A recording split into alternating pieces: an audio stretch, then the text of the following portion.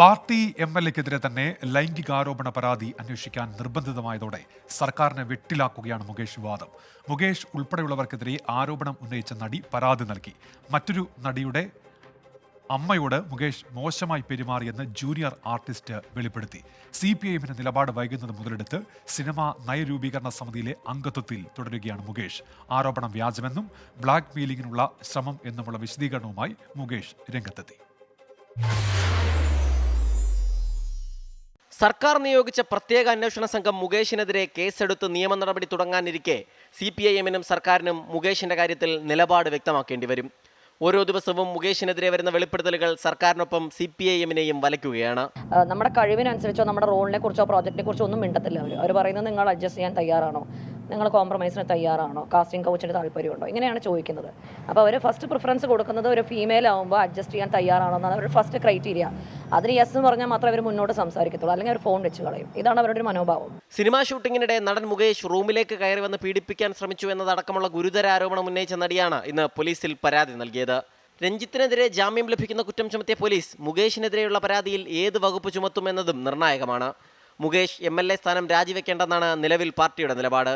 മുകേഷിനെതിരെയുള്ള ആരോപണങ്ങളിൽ പാർട്ടി പ്രതിരോധത്തിലല്ലെന്ന് ധനമന്ത്രി പറഞ്ഞു. LDF ഗവൺമെൻറ് ഇത്തരം കാര്യത്തിൽ പ്രതിരോധത്തിലാവില്ല. കാരണം ഞങ്ങൾക്ക് കൃത്യമായ നിലപാടുണ്ട്. ഞങ്ങളതിനകത്ത് സമീപനം എടുത്തിട്ടുണ്ട്.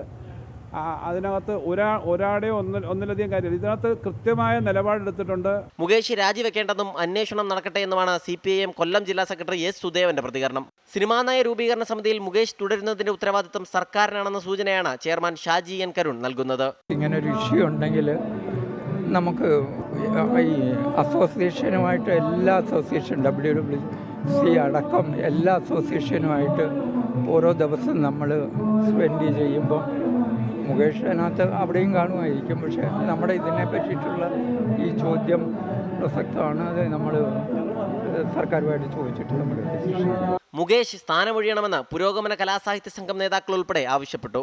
രാജി ആവശ്യപ്പെട്ട് കോൺഗ്രസും യുവജന സംഘടനകളും പ്രതിഷേധം തുടരുകയാണ്.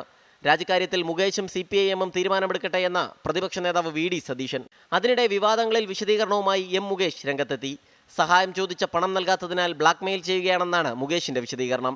എല്ലാ തെളിവുകളും തന്റെ പക്കലുണ്ടെന്നും നിയമ നടപടിയുമായി മുന്നോട്ട് പോയി സത്യം തെളിയിക്കുമെന്നും മുകേഷ് വ്യക്തമാക്കി. ആരോപണങ്ങളുടെ പശ്ചാത്തലത്തിൽ അമ്മ ഭാരവാഹികൾ മുഴുവനും രാജിവെച്ചു. ചലച്ചിത്ര അക്കാദമി ചെയർമാൻ സ്ഥാനത്ത് നിന്ന് രഞ്ജിത്തും രാജിവെച്ചു. ഒരു ജനപ്രതിനിധി എന്ന നിലയിൽ അവരെക്കാൾ കൂടുതൽ ഉത്തരവാദിത്വമുള്ള മുകേഷ് സിനിമാ നയ രൂപീകരണ കമ്മിറ്റിയിൽ നിന്ന് പോലും രാജിവെച്ചില്ലെങ്കിൽ അതിൽ ചില പ്രശ്നങ്ങളുണ്ട്. അത് ധാർമ്മികമാണ് താനും. സലിം മാലിക്, 24, തിരുവനന്തപുരം.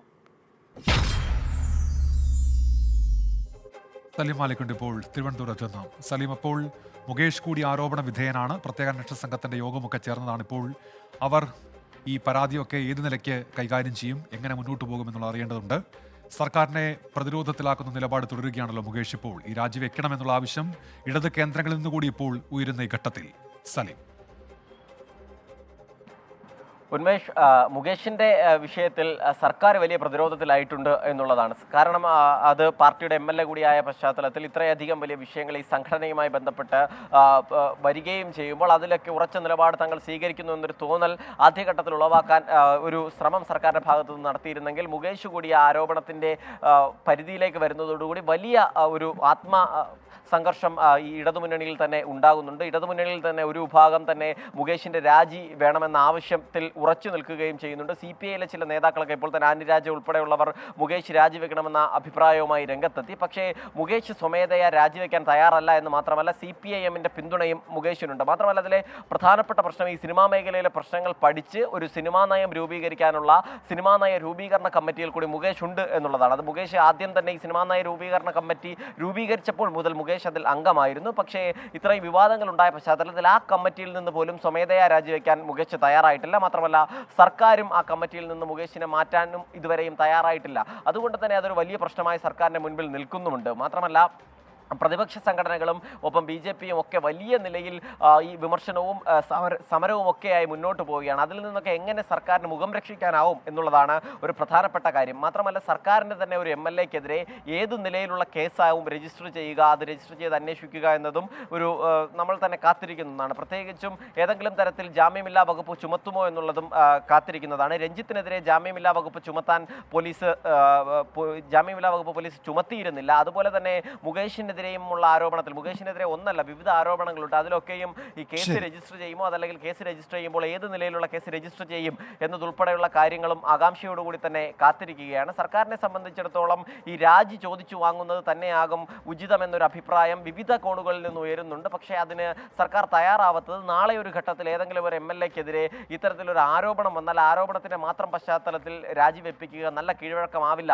എന്നുള്ളതാണ്. മാത്രമല്ല മുകേഷിനെ ന്യായീകരിക്കാൻ പറയുന്നത് നേരത്തെ കോൺഗ്രസ് MLAമാർക്ക് നേരെയും ഇത്തരത്തിലുള്ള ലൈംഗിക ആരോപണങ്ങൾ വന്നപ്പോൾ അത് ആരോപണം എന്ന പരിധിയിൽ മാത്രം നിർത്തി രാജിവെച്ചിരുന്നില്ല, MLA സ്ഥാനം രാജിവെച്ചിരുന്നില്ല. മന്ത്രിസ്ഥാനമോ മറ്റോ അതല്ലെങ്കിൽ ഏതെങ്കിലും തരത്തിലുള്ള ഭാരവാഹിത്വമോ മറ്റോ ഉണ്ടെങ്കിൽ അതായിരുന്നു രാജിവെച്ചിരുന്നത് എന്നുള്ളതാണ് സർക്കാർ വിശദീകരിക്കുന്നത്.